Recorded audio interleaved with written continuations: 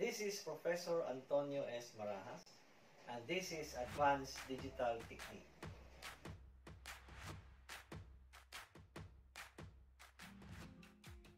Okay, so the third type of gate is the AND gate.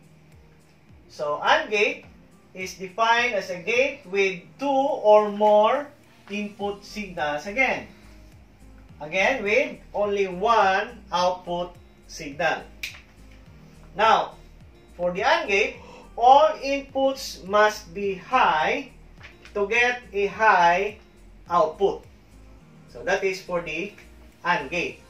So this one here represents the symbol for the AND gate. Let's say, for example, you have inputs A and B.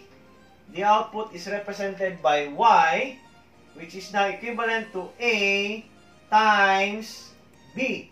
So the sign here, multiplication sign, is actually represented by AND gate.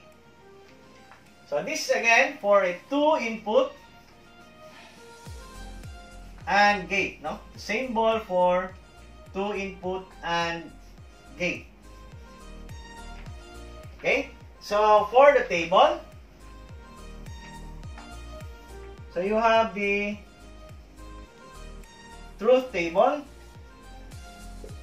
You have inputs A and B, and the output represented by Y.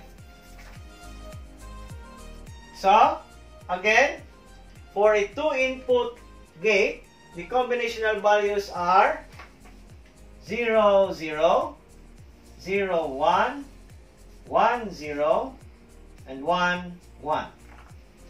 And based on our definition of an AND gate, it says all inputs must be high to get a high output.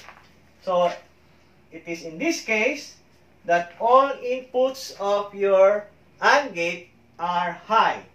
A is high and B is high.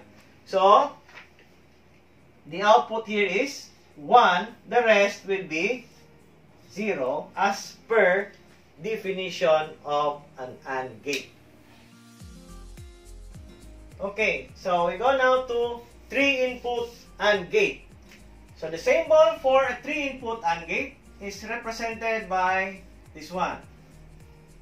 You have inputs A, inputs B, and input C. Again, the output is represented by Y, which is now equal to A times B times C.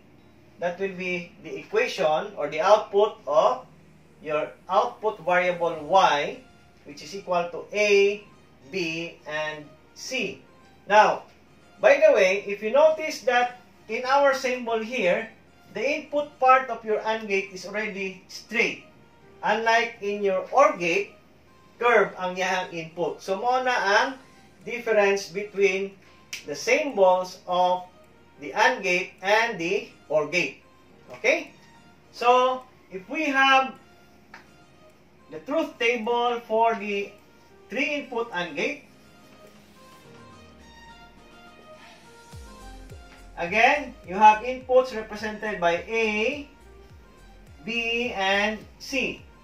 And the output is represented by Y. So what are the combinational values again of A, B, and C? So you have 2 to the 3, you have 8 combinations. So you start with 0, 1, 2, 3, 4, 5, 6, 7. So that is 8 combinations. So in binary form, since this is 1, 2, 4 in our conversion method, so 0 here is represented by 0, 0, 0, and then 1 again. So you have here 1, so you make this 1, then 0, 0. Then for 2, this is 2 here, so you make this 1, the rest is 0. For 3, you have 2 plus 1 is 3, so you make this 1, 1, then this one here is 0. For 4, This is 4 here, so this one here is 1. The rest is 0. For 5, 4 plus 1 is 5. So you make this 1, 0, and then this one here is 1. And then for 6, you have 1, 1, 0. That is 4 plus 2. And then for 7, 4 plus 2 plus 1. So you have 7. So you have 1, 1, 1. That is our combinational values of inputs A, B, and C. How about the output? As per definition, according to our definition of an AND gate, all inputs must be high to get a high output. So, asa malapit diri, ang puros high ang output, ang input I mean. So, this one here, number combination 7, which is 1, 1, 1. All inputs must be high to get a high output. So, the rest will be 0. Okay? So, that's how we obtain the truth table of a 3-input AND gate.